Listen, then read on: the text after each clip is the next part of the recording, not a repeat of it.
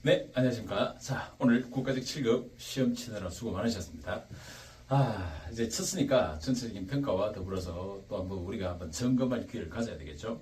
네, 자세한 사항은 네이버 카페, 만행사, 그리고 유튜브에 또 올려드리겠습니다. 자, 오늘은 스피드하게 총평으로 한번 가보겠습니다. 이번 국가직 7급 시험이었는데, 첫째, 분포 면에서 봤을 때 시험 문항적 분포가 전범위에서 역시나 예상대로 정상적 분포를 가지고 있습니다. 평년과 달리 총론 부분의 문제 비중이 조금 줄어들었죠. 그렇다고 해서 일시적 경향이지 앞으로 그럴 거다라고 생각하지는 않습니다. 그리고 강의 때도 강조했지만 지방 행정 파트에 있는 것도 결국 국가직 시험에 들어오고 있죠. 네. 자, 그리고 또 하나 중요한 건 바로 이 난이도 부분인데, 난이도인데, 이번 시험은 7급의 평년 대비했을 때 행작이 갖고 있는 위치를 감안했을 때 난이도는 한 중간, 상중하 중에 중 정도였다라고 볼 수 있습니다. 좀 쉬운 경향이었습니다. 7급을 기준입니다. 9급이 아니고 7급 기준으로 좀 쉬운 난이도에 해당한다라고 볼 수 있습니다. 아주 킬러형의 문제가 들어오지는 않았습니다.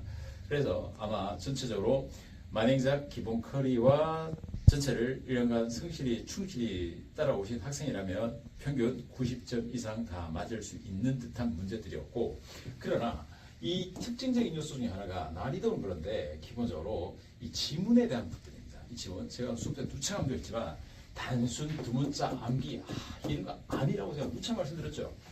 딱 드러나죠. 그러니까 같은 내용이라 하더라도 서술화되는, 즉 행작적 이해의 토대에서 어떻게 들어가고 있는가, 이게 굉장히 중요한 부분들인데, 이런 것들이 결국 시험에서 객관식적 영향을 체크하는 구조로 7급 시험이 도출되고 있습니다. 작년도 그랬고 올해도 내년 또한 그렇게 들어올 경향이 굉장히 강할 겁니다. 그래서 단순 암기가 아니라 이해적 체계, 이 이해라는 것은 제가 수업 시간에 어떻게 하는 것이 진짜 행작의 이해인지를 잘 알려드렸을 겁니다. 행작학은 정말 강의를 어떻게 하냐에 따라서 접근 방법이 완전히 달라지는 과목입니다. 그만큼 강사의 역량이 매우 중요한 과목이라고 할 수 있겠습니다. 자, 이렇게 경향이 바뀌어서 들어오고 있다는 점이 충분히 반영되고 있습니다. 그리고 또 하나 볼 수 있는 것은 전체적으로 봤을 때 예외적인, 그러니까 브리타 내지는 난이도 조절용 문제가 좀 비중이 이번에 좀 생각보다 많이 줄어들었다라는 견해를 갖습니다. 그리고 물론 그렇다고 해서 완전히 쉬웠다라고는 할 수 없습니다.